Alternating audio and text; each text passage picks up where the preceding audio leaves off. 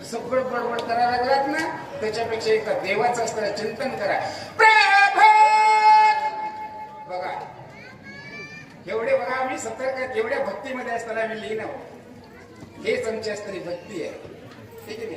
आणि प्रभू रामचंद्र, भरत आणि हनुमंत या दोघांचा असणारा हा संवाद चालू आहे आणि भक्तीचा संवाद चालू आहे. आम्ही जागे असून सुद्धा झोपलेलो.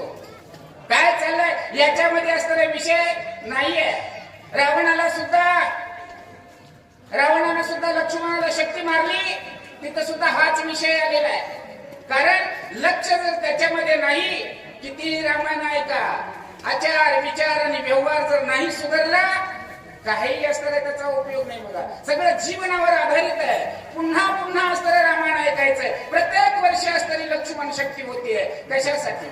आमच्या आयुष्यामध्ये असणारा सुधार व्हावा, आमचा असणारा विकास व्हावा, आम्हाला सर्व काही असणाऱ्या हिताच्या गोष्टी घडाव्यात आणि इथलची जी लौकिक आहे आनंदानं असणाऱ्या सुखा समाधानानं समाप्त व्हावा, है की नाही, आणि कीर्ती मागं उरावी, याच्यासाठी तर असणारा पुन्हा पुन्हा दरवर्षी असणारा लक्ष्मण शक्तीचा कार्यक्रम. पण अशा झोप्या घेऊन जर ऐकलं तर काय उपयोग आहे त्याचा? म्हणून एकदा इमानदारीनं म्हणा, पुंडलिक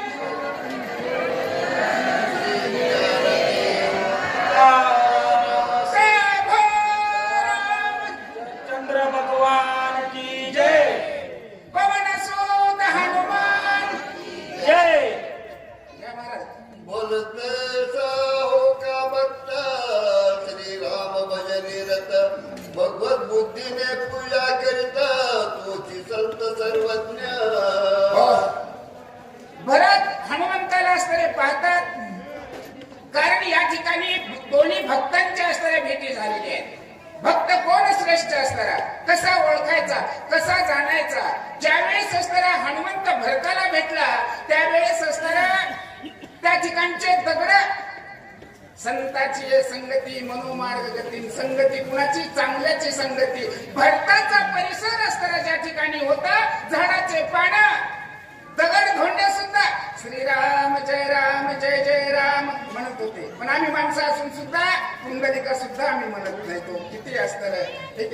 आणि ही संतांची संगती आहे. किती महान अशा प्रकारचा असणारा भरत आहे, किती रामाचा असणारा निष्ठर अशा प्रकारचा असणारा भक्त आहे. हो.